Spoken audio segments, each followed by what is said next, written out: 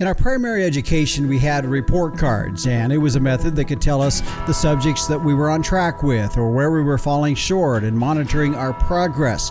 Well, the BQA audit serves in that capacity for our industry as it evolved out of an era over 30 years ago in which consumer demand was in the tank. If we were going to restore consumer demand for beef at the time, we needed to begin to think like manufacturers that had adopted quality management techniques in their manufacturing systems. So the industry took the bull by the horns, so to speak, and began issuing a BQA audit every 5 years. We don't want to lose our operational freedom, but we do want our industry to improve and we do want to meet consumer demand. Today, we'll review the results of the latest audit, from the positives to the areas needing improvements, what it means to us as ranchers, and at the end of the day, for the consumer. As the BQA program starts getting out there to consumers, that's really going to enhance their trust in our program and in our product. The results of the BQA audit, its impact on us as ranchers, on today's episode of the Working Ranch Radio Show.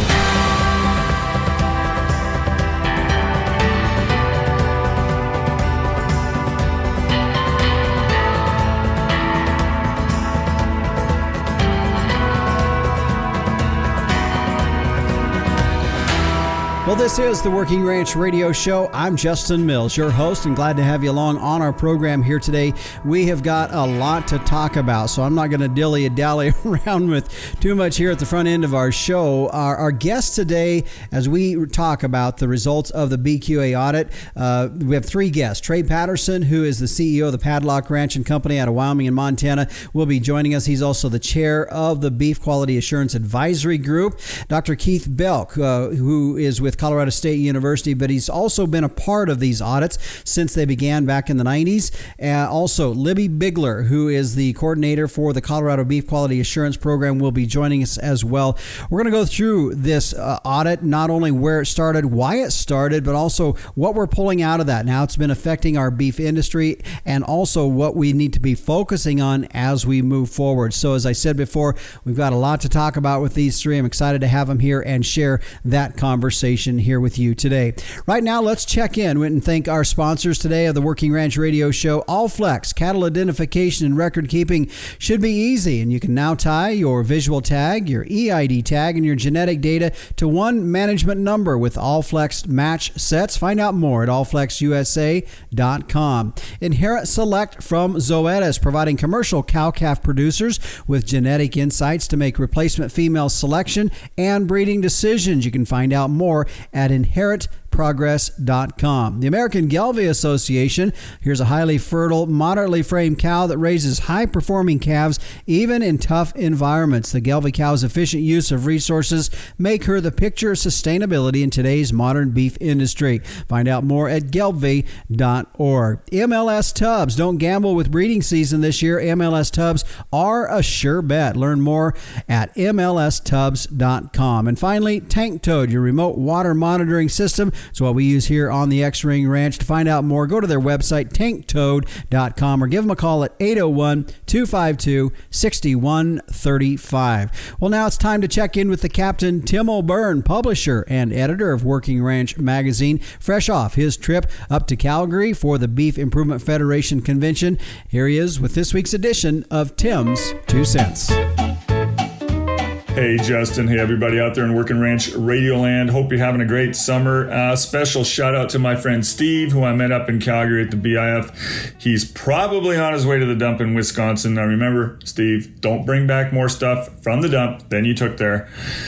Now, Justin, you brought this to my attention. It's a column by Jack Hubbard. It first appeared in meetingplace.com, and it talks about the animal rights community and how they are, basically, we've known this for many, many years, how they infiltrate, how they disrupt and that sort of thing. But it's getting a little bit different.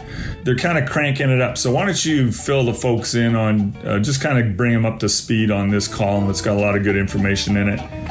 Thank you.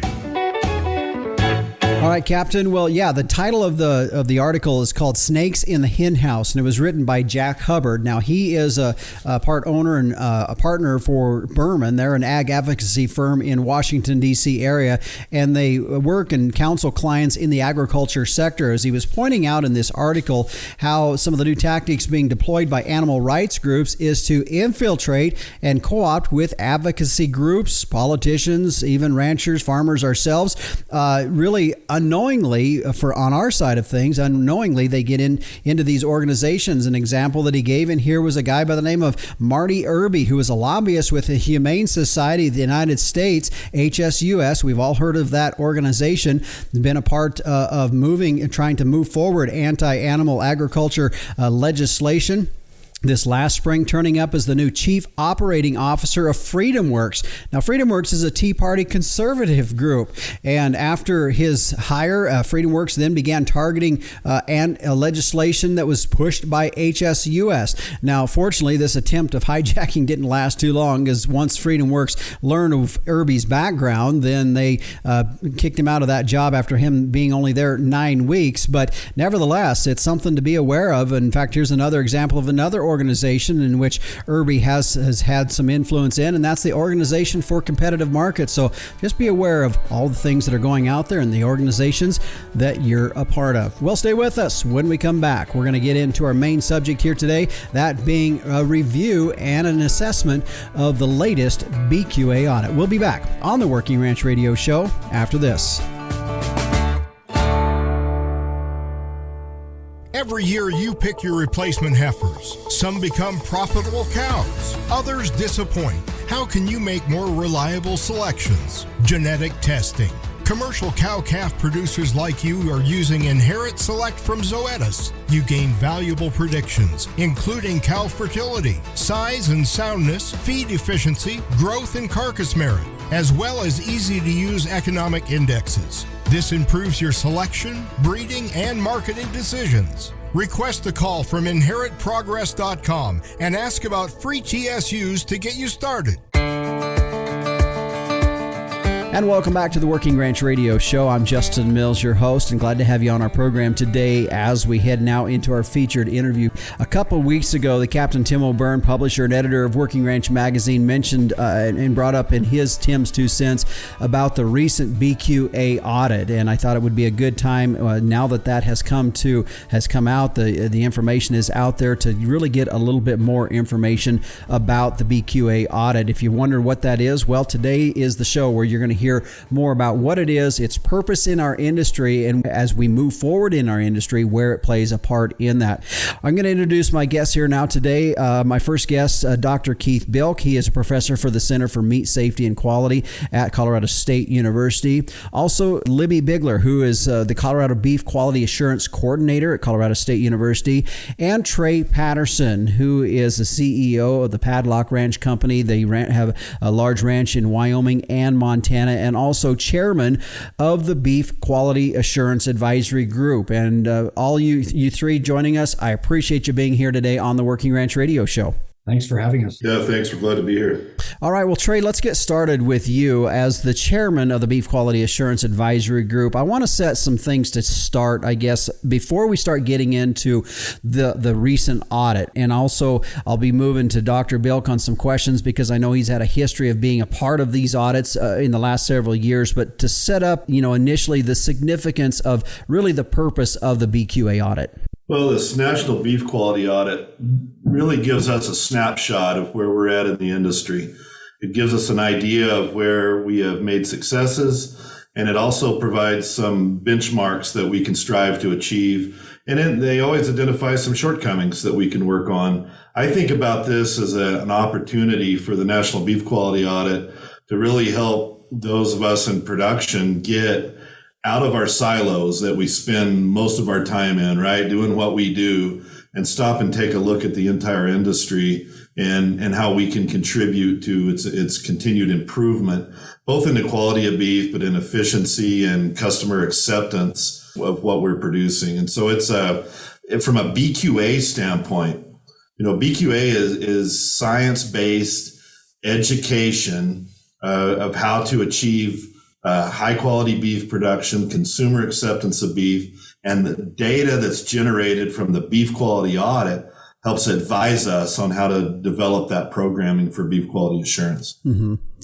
Dr. Bilk, I want to go to you because I know you have been a part of these audits from the scientific side of it or the study side of it. And so from your perspective on this, with the history of these audits, let's talk about that part of it, the significance and where you've seen this evolve over the last several of years and in your participation of these audits. Well, I'm glad to discuss that. I'm getting to be an old guy. And so I've been around and helped conduct the first one and every one in between.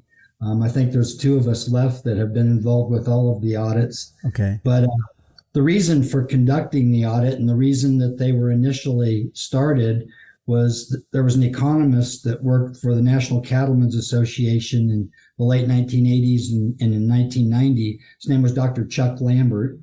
Dr. Lambert went on to do great things in the federal government, but at the time he published a paper that was based on W. Edwards Deming's philosophies that if we were going to restore consumer demand for beef at the time, we needed to begin to think like manufacturers that had adopted quality management techniques in their manufacturing systems to improve both the desirability of the product that we were selling and also reduce the cost of it. And so the purpose of the audit initially, following Dr. Lambert's analysis, was to figure out ways of measuring the things that we do really well and the things that we don't do so well so that we could manage those things as the beef industry moved forward. You'll recall that at the time, in the late 1980s, we were struggling with beef demand. Mm-hmm. Per capita consumption was declining for beef. We were competing with new protein sources that were in the marketplace, and demand for beef was hurting. And so this was an opportunity to try and figure out how we could manage the system differently to restore that demand for our product. And so that's where the initial audits have come from. And they've been very successful in achieving that, in my opinion. We've made a lot of adjustments as a consequence of things we've learned during completion of these national beef quality audits that have resulted in a net financial benefit to all of the segments of the beef supply chain. Mm-hmm. Dr. Bilk, I want to stay with you real quick because, as you said, you've been a part of these audits from the very beginning. And I was telling you guys before we went on air, and I would encourage folks to do this. Search in your web browser the 1991 BQA audit. Read through that. I'm going to ask this in a question. The first line says of that executive summary says, by the year 2001, the beef industry must improve the quality and consistency of its product and become more competitive with alternate protein sources. I thought just that element and where from then, as we were coming out of the 1980s, I mean, I know you're involved with the stock show down in Denver. We've all seen the stock show pictures that have started in the 1950s all the way till what we have today. And there was a period of time when we were able to almost walk underneath these cattle. So we were coming out of the 80s with not only high interest rates, but high flanked cattle as well. And so we see a really, from your point, from when you started till now, there has been pretty significant changes with our industry. Yeah, I absolutely agree. And I think that has manifested itself in several ways. It starts with how cattlemen, handle and raise their cattle and how they treat them and how they manage them, which Trey talked about. And then from there, it's things like better understanding how do we improve uniformity in the beef supply? How do we address things that relate to consumer desirability, like beef eating quality and satisfaction? And all of those things in one form or another have been a consequence of things we learned in the national beef quality audits. And so, kudos to the industry. They've done a tremendous job in using this information to manage their production systems. Mm-hmm. Libby, I want to go to you now. Libby Bigler is the coordinator for the Colorado Beef Quality Assurance Program, and one of the ways I know, Libby, in your perspective of this is, as Dr. Bilk was saying, I mean, the initial concept of this is how do we look at our industry from a manufacturing standpoint and getting to the point that we have some consistency in our product and various things of that nature. From your side of things, you really see the data being utilized at the very end of the process in this. Explain how this information, these audits, have impacted our relationship with the consumers and the retailers. Yeah, thank you, Justin. Thanks for having me. As a beef quality assurance state coordinator, there are many of us across the country, at least one in each state. And of course, we go around and we train cattle producers on these foundational management practices that should be standardized across the industry. And without things like the National Beef Quality Audit, I think that messaging could get pretty stagnant. And I think sometimes some producers who've gone through beef quality assurance, in the early 90s, when the big thing coming out of the National Beef Quality Audit was the issue with injection site abscesses, people really only think about BQA being give shots in the neck, right? Make sure you give sub-Q when it says sub-Q. And that is one of the core findings from those early National Beef Quality Audits that we use in the BQA program. But the way that it's set up to do these National Beef Quality Audits every 5 years helps us benchmark and find those things that we're doing good every 5 years that we can reiterate in our BQA trainings. But also, like Trey mentioned, some of those challenges or maybe shortcomings that we need to focus on again and again in these beef quality assurance trainings. So the BQA program changes and grows with the industry, with consumer preferences, and also with the data that we find in the National Beef Quality Audits. And the BQA program really is the conduit between the data that we find and really disseminating that information to the producer so that we can make production adjustments and then ultimately have a better product for consumers and something that they'll accept as well. Before we head to break here, Trey, I want to go back to you with one more question, and something that came into my head as I was going through this. As we find ourselves in the ranching industry, a lot of us wanting to be very independent. And I would say that if you probably took a survey across most of us in the industry, we would like a little bit less government interference in what we do. And I only bring that back to a full circle to say this, is that one of the things that came to my mind about the BQA audit was the fact that it's really us as an industry self-regulating ourselves instead of somebody coming in, big brother from the outside coming in and saying, well, this is what you need to do. This was a way that the industry, and I think Dr. Bilk mentioned that earlier on. I mean, they identified that man, if we don't get a grasp on this early on, it's going to affect us down the road. And really so all of that to say is the BQA audit and what we're doing there with the BQA program is really a way for the industry to self-regulate itself. That is an excellent point, and you're exactly right. That's the power of this data, is it is internal, and as we use this data in our educational efforts through beef quality assurance training, it is important for us to realize that this is producer owned. This is our program, and it's science-based. And what we do know is that if we do not do this ourselves, number one, we could lose market share, right, from competition with other proteins. But two, our consumers are telling us today that they have concerns. So this fact that we own this program as producers, that it's science-based, like data from the National Beef Quality Audit, I think is a critical point. And that's what we get passionate about from our standpoint, from BQA, and as a producer, is that we do not want we don't want to lose our operational freedom, but we do want our industry to improve, and we do want to meet consumer demands. So that's what this is all about. And I think that's a very powerful point you make. Well, stay with us, folks. We're talking BQA audit here today, and so far we've yet to get into the data. We will, but I thought it was important that we sort of set this up just a little bit before we get into that. When we come back after the break, we're going to talk about not only the data itself, but we're also going to get into what were the points that they go through on a normal audit that they're looking at to pull this data together. We're going to talk about that, how this all comes together when we return here on the Working Ranch Radio Show.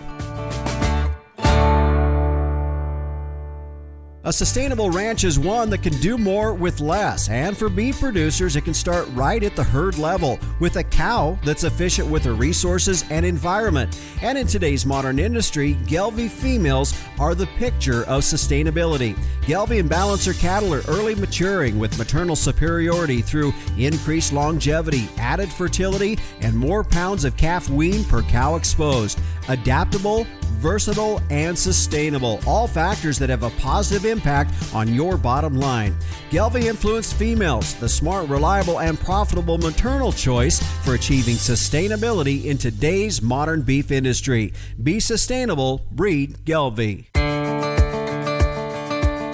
And welcome back to the Working Ranch Radio Show. Justin Mills, your host. We're glad to have you on our program today. Our focus of this show today is reviewing and looking through the BQA audit. As we were hearing earlier in the first segment, our guest today, Dr. Keith Belk, who is a professor for the Center for Meat Safety and Quality at Colorado State University. He's been with the program since the initial audits back in 1991. Libby Bigler, who is the coordinator for the Colorado Beef Quality Assurance Program at Colorado State University, and Trey Patterson, who is the chairman of the Beef Quality Assurance Advisory Group, but also sits on that group as a representative to many of us, like you and I, that are in the ranching industry. He is the CEO of the Padlock Ranch Company in Wyoming and Montana. Again, thanks to you three for being on the show here today. As we heard a little bit of the information, the history about how this evolved, Dr. Belk, I want to go to you now in this, because since you have been a part of this and for many years, let's go with really the design of this. Where are we deriving the information from?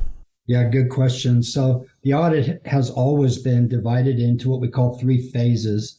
The first phase of the study is a structured and designed interview process where we conduct face-to-face interviews with people that make purchasing decisions for beef in the supply chain.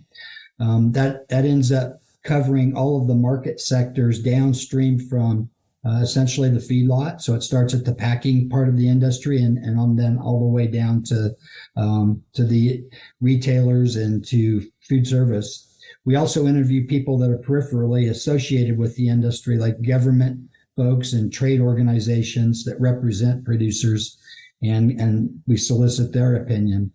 Phase 2 of the audit is we go into packing companies, facilities all over the country. And this takes a number of universities and co-investigators that are involved in this process. And we actually measure, starting with the unloading at the dock of the packing plant, a number of things tied to the livestock as they arrive at the packing plants. We follow them into the slaughter floor, and we keep track of defects that occur as the cattle are processed. And then from there, we follow them into the sales cooler, where we collect information tied to the carcasses that are being produced. And it's sort of a snapshot in time of what is currently being produced.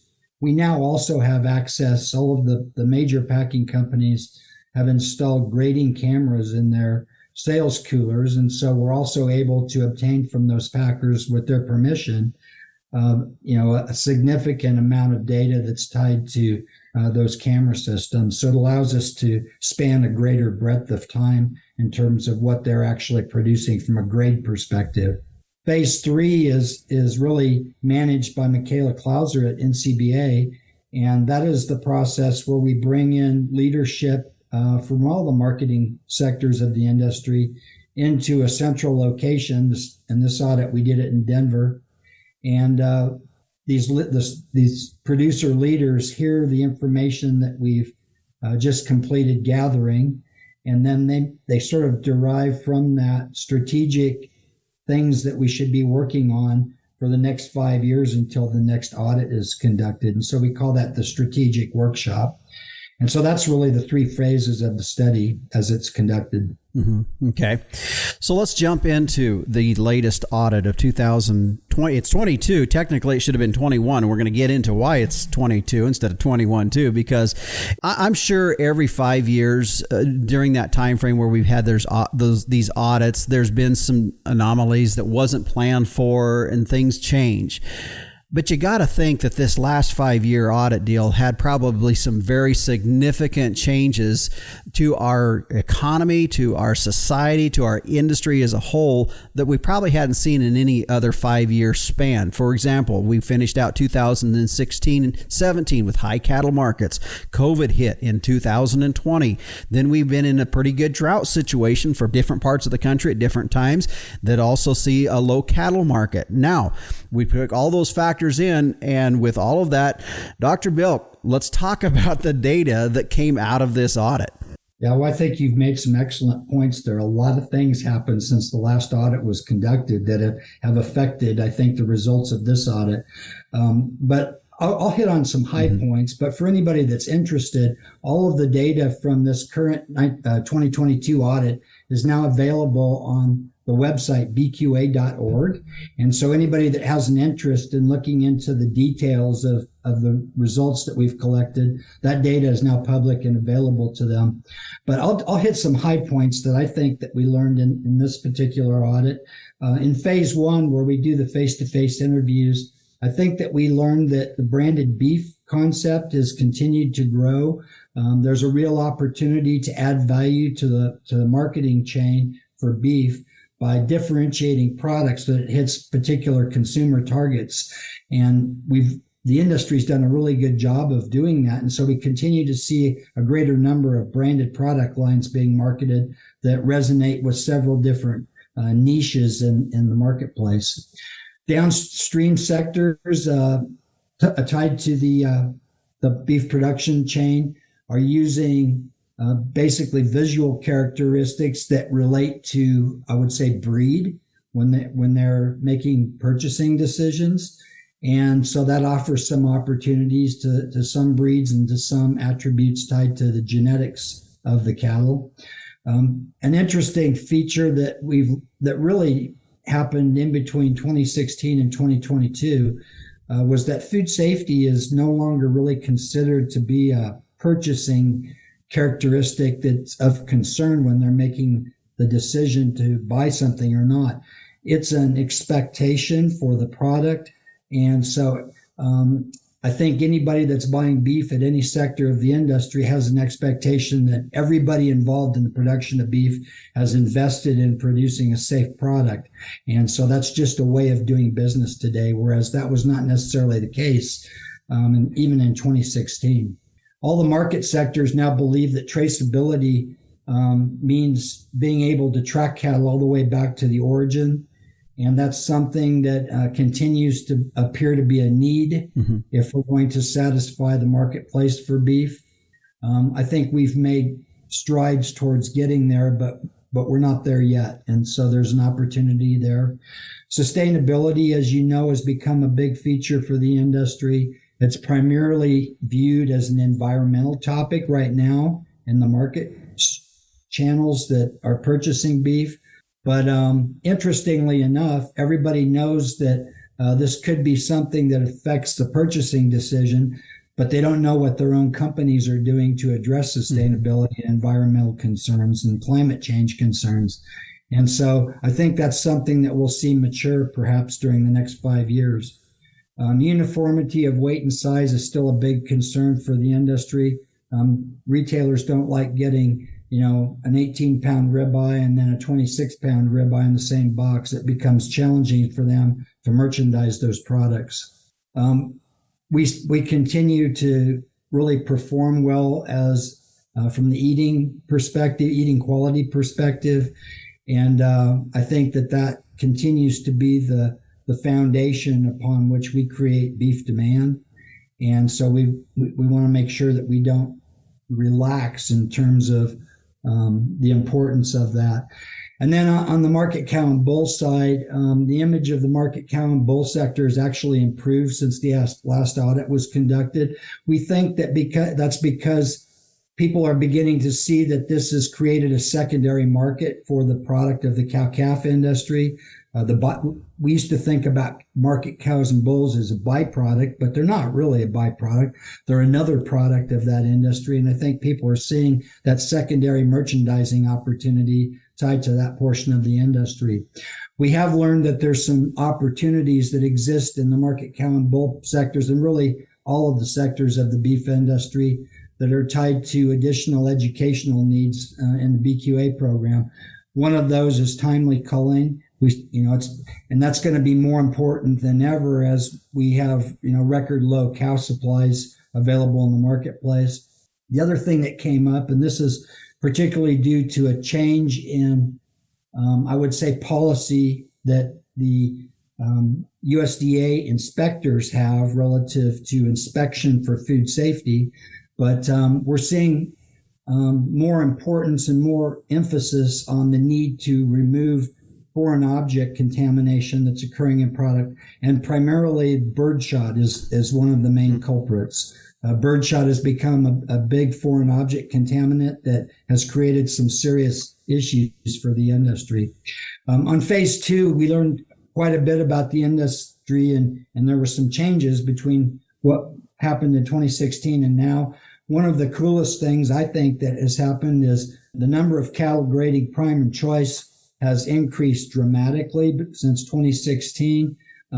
What that means is that producers have selected for, deposition of marbling and grade. And so we've improved dramatically in that area. We had about 7% prime in this audit. And that used to always be our target, not something we expected to actually see. Yeah. So kudos to producers for hitting that. The composition of the cattle as a consequence of, less expensive feed and more cattle has declined a bit. The cattle are a little fatter, and every year they become heavier. And so that's still an issue that we need to address. But overall, the quality is better.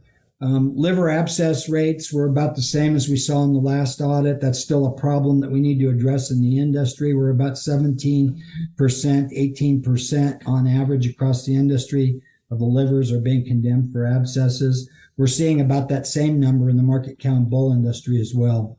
And so that's an opportunity for us to improve. The mobility of cattle has remained relatively constant. There was a few differences if you compared cows and bulls versus the fed cattle supply. But one of the things we're noticing is, although they're not as bad as they were at one time, we're seeing more bruising on carcasses across the board. As the cattle are shipped to market, they continue to become larger and larger and larger. Every single year we're making cattle bigger. And as a consequence, we think that the facilities and the equipment that we use to handle them, the cattle have outgrown the capabilities of that equipment in those facilities in size.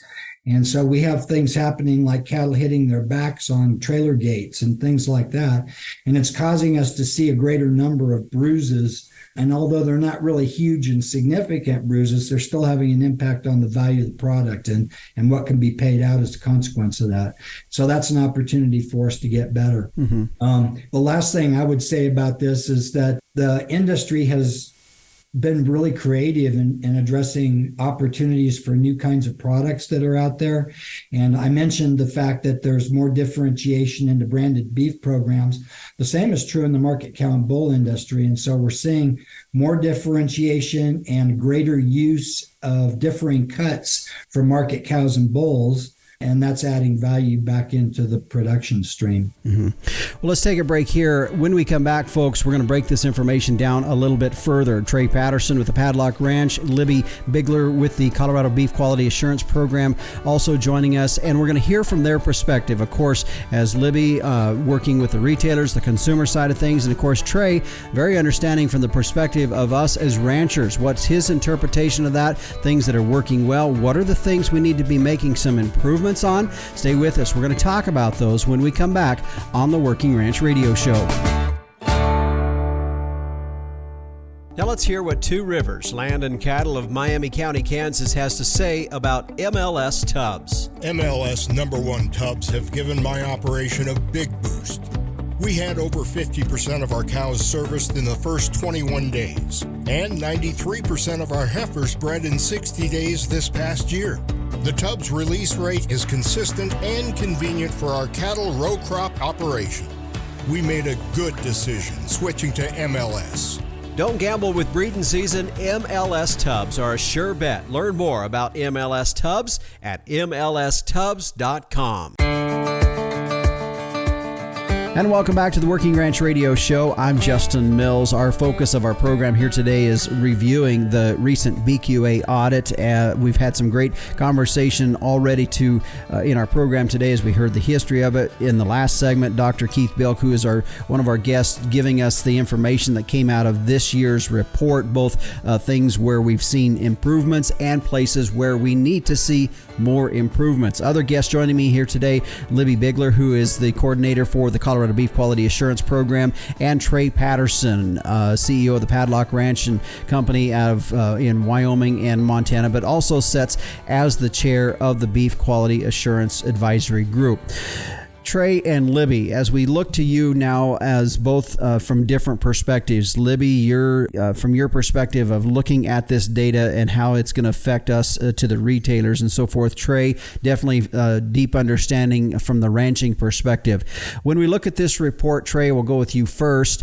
What's your takeaway from it about where we've been at and where we're going and where we need to be at? I think as I look at the data, we have some things we can be really excited about.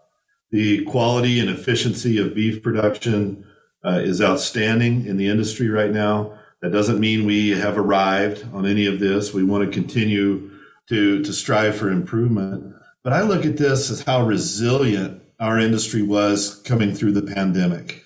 We had a lot of challenges, disruptions in supply chains, and different market outlets, from the hotel restaurant industry to retail.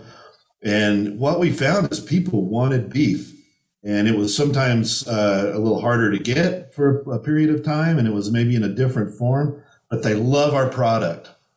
I attribute that back to the efforts we've put into this in the past. You know, what the beef quality audit does is we measure, we analyze, and what we do as an industry is we respond. And we've done that. We've made tremendous improvements in reducing carcass defects, both on the fed and non-fed side. We've made tremendous improvements in quality grade, as Dr. Belt mentioned. And I think those things we can celebrate. Go back to the early audit in 91 that you talked about. If you go back and read that, and as Libby mentioned earlier, injection site lesions were huge. This has been effective in us being able to reduce those significantly. And so, you know, the data that comes from the audit and our programming through BQA works. And so now we spin that around to say, well, what do we need to continue to work on? Mm-hmm. You know, let's take the non-fed, the market cow and bull side.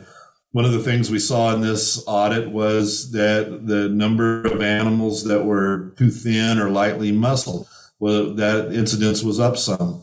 That's been a focus area for some time, and we've made improvement. And some of that could be related to the drought, right? With the whole Western United States was in drought.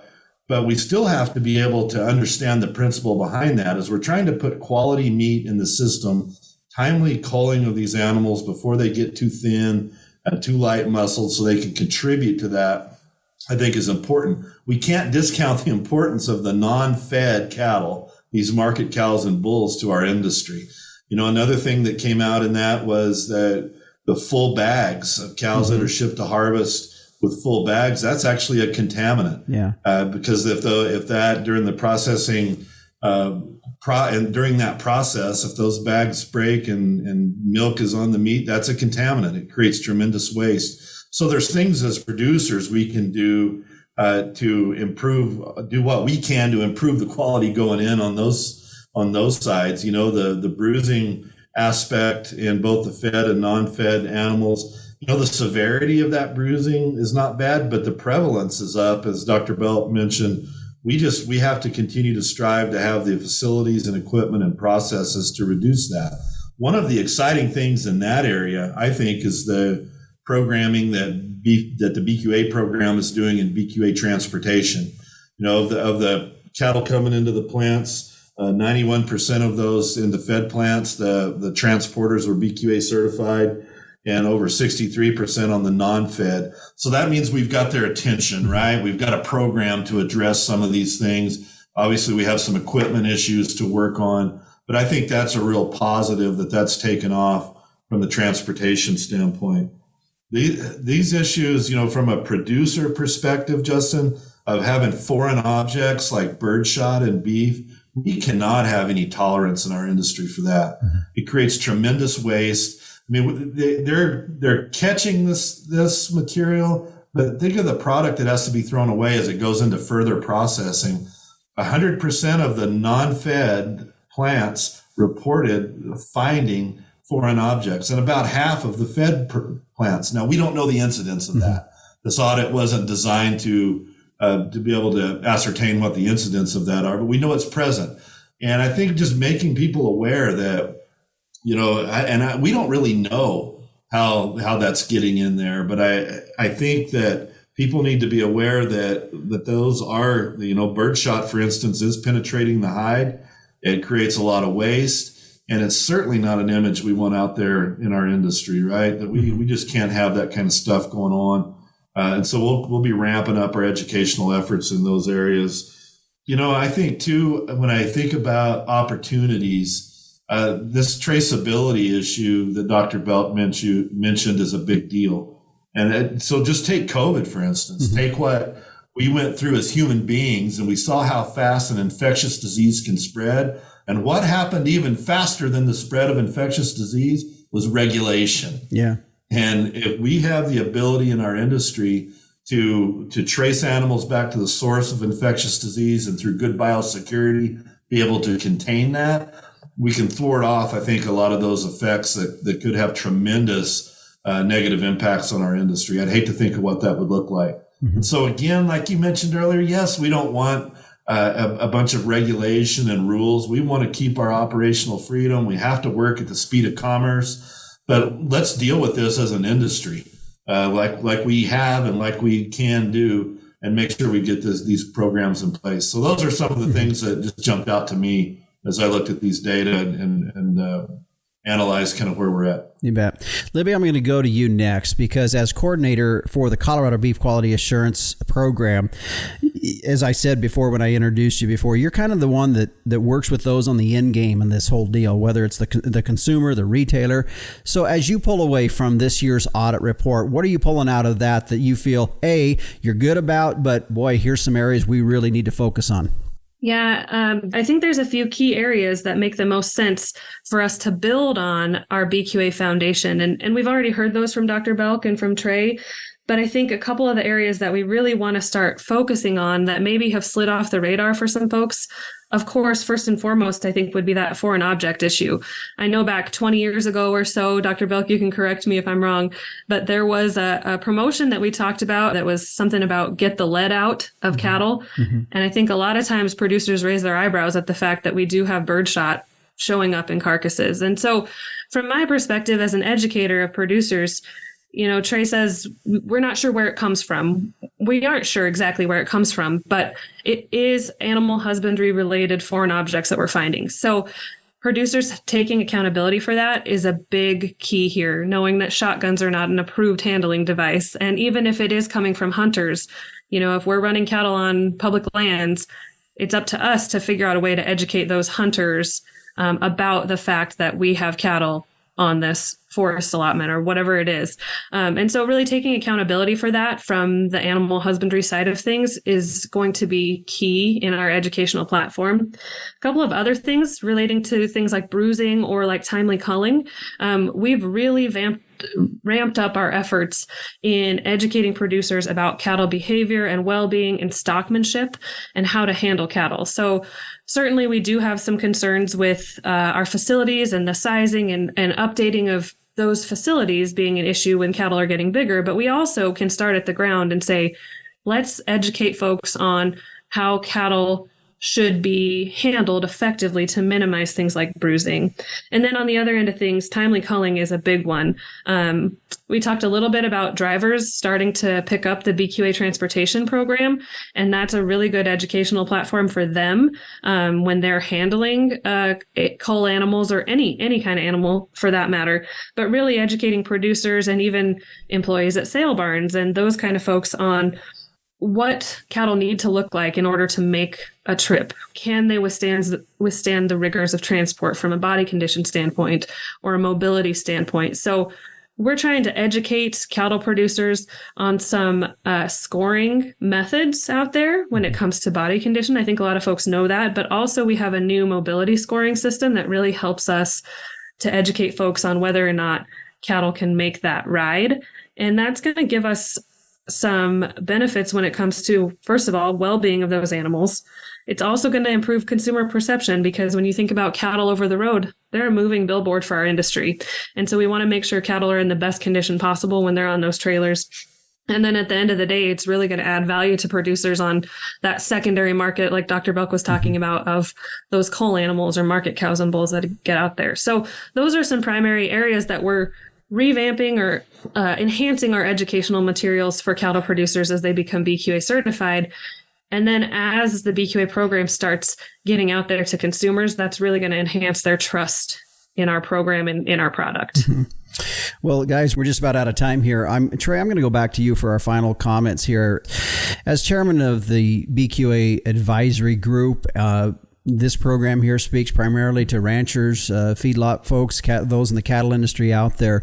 So let's bring it back to us as ranchers. I think sometimes in the past we see a little bit of maybe infighting within our own industry between, the grassroots guys all the way down the line to the packer. And so from a ranching perspective, and you're on the advisory board, you guys run a pretty good sized cow-calf operation yourself. What's the opportunity in it for us as grassroots ranchers here in the countryside?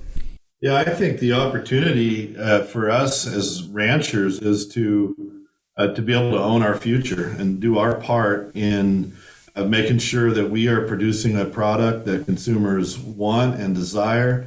And I think the fact that we have the ability to do that ourselves, as we talked about earlier, is really, really important. And I think these things, as I think about it from a ranch management standpoint, the things we talk about implementing go directly to improving our bottom lines as well, both directly, as I mentioned, but also indirectly on future demand and so on. We just have to embrace this and do our part and really, really own our own future and how we respond to the data like we've heard today. You bet. Well, Trey, appreciate you joining us here today on the program. You bet. My pleasure. Libby, I appreciate your input as well as coordinator of that. Your insights from that perspective is helpful. Appreciate you being here today. Absolutely. Thank you. And Dr. Belk, your years of being a part of this, your wealth of knowledge and and bringing that into our show today. Thank you for being here as well. My pleasure. Thanks for inviting us. You bet. And again, folks, if you want to go back and you want to read the latest BQA audit, you can go to their website at bqa.org. Not only can you find the latest results of the last audit, but also ones from the previous years as well. And if you're interested from our ranching perspective, as far as how you can get involved in the BQA program, well, there's information on that website as well. And I might add, I'm recollecting a program that I had this year, in fact, where we were talking about some of the different factors and things that affect a calf's price, is where we were looking at implants or no implants or different programs you can be in. Well, one of those factors that came up was about calves that were sold under a BQA certification. You might want to check that out. It might be something to be looking into as well. So just thought I'd point that out as well. And some great information here today on the results of that BQA audit. Again, a program that I feel, as we heard from our guests here today, that's really moved our industry forward. And I think it continues to be moving us forward in a way that we get to control, rather than Big Brother stepping in and doing it from a regulatory standpoint that maybe is not real conducive to the future of our industry. Well, stay with us. Coming up next, meteorologist Don Day joins us as we take a look at our long-term weather. We'll be back on the Working Ranch Radio Show after this. Do you have a young child, grandchild, niece, or nephew that loves the weather and wants to learn more? Day Weather has produced a children's weather journal full of weather facts, fun weather experiments, coloring pages, and pages to record weather observations for every season of the year. The weather journal is for ages 3 to 7 and designed to be fun and educational. The interactive weather projects are fun for the whole family to take part in. For only $10, the Day Weather Journal is a great gift idea for any occasion. Click on our Amazon link to order at dayweather.com. Welcome back to the Working Ranch Radio Show. Justin Mills here as we turn now and take a look at our long-term weather today, brought to you by Allflex. Cattle identification and record keeping should be easy, and now you can tie your visual tag, your EID tag, and your genetic data to one management number with the Allflex match sets. Find out more at their website at allflexusa.com. And joining us now, as he does each and every week, is meteorologist Don Day. And Don, I thought it was interesting as we start to look out for the next 7 to 10 days out. This last winter, the west part of the country was just cold and a lot of moisture, and we're just kind of flip-flopping that a bit. Yeah, I mean, the summer heat, I guess, is something we should expect, especially in the desert states this time of year. And you're right. I mean, for the first half of the year, from January through June, places that are really hot right now were actually well below average. And we expect that at least here over the next 7 to 10 days, the hottest part of the U.S. will be the West. This would go from Texas through the desert states, then along the West Coast through the Great Basin. And it's also going to be pretty warm relative to average up into the Pacific Northwest, up into British Columbia, while the nation's midsection and really a large part of the Midwest and even parts of the East Coast, there won't be any big heat. Temperatures will be close to average, if not a little bit below. So there's kind of a containment of the heat, at least at the moment. Mm-hmm. And we think that's how it's going to go here for another 10 days. Mm-hmm. But with the heat, that doesn't necessarily mean that we're not going to see some moisture, because we are starting to see some monsoon activity that could see some afternoon type showers or afternoon type activity going on in some of those areas as well. Yeah, and that's going to help. That will kind of put a little bit of a damper on the temperatures getting too hot. Afternoon and evening thunderstorms have started to move into Arizona, parts of New Mexico, and we'll see that continue. And next week, some of that moisture is going to drift further north. So Utah, the western slope of Colorado that's real dry right now, western areas of Wyoming and into Idaho, there's going to be the return chances of showers and thunderstorms, maybe getting as far west as the deserts of California. So while it will still be really, really hot in those areas, those thunderstorms will help. Now, the Pacific Northwest, Central and Northern California, and Texas, those areas may not be able to get into the better chances of rain, and will continue with the dry weather. Mm-hmm. Well, as we look ahead, I know for folks, you hate to see those hot temperatures continue into the parts of the country where they have seen it already this year, but we hope some rain will start to happen down the road here. Yeah, and I do think that the Corn Belt has started to see rain return. I think there's going to be more coming. Now, there are some dry areas, parts of northern Iowa, parts of Wisconsin, parts of Minnesota, eastern areas of Nebraska and Missouri are still real dry, parts of eastern Kansas as well. But I'm optimistic that in the coming weeks, there will be some rain opportunities in those areas. Okay. All right, Don, we'll appreciate the weather update here. Thank you. And that was meteorologist Don Day with a look at our long-term weather. His website can be found at dayweather.com, where you can find his daily video podcast, as well as maybe any weather monitoring type apparatuses you might be interested in buying as well. You can find out information by going to his website at dayweather.com. Our weather today brought to you by Allflex. Cattle identification and record keeping should be easy. Find out more at allflexusa.com. Stay with us after the break. We'll put a wrap on today's show when we return on the Working Ranch Radio Show.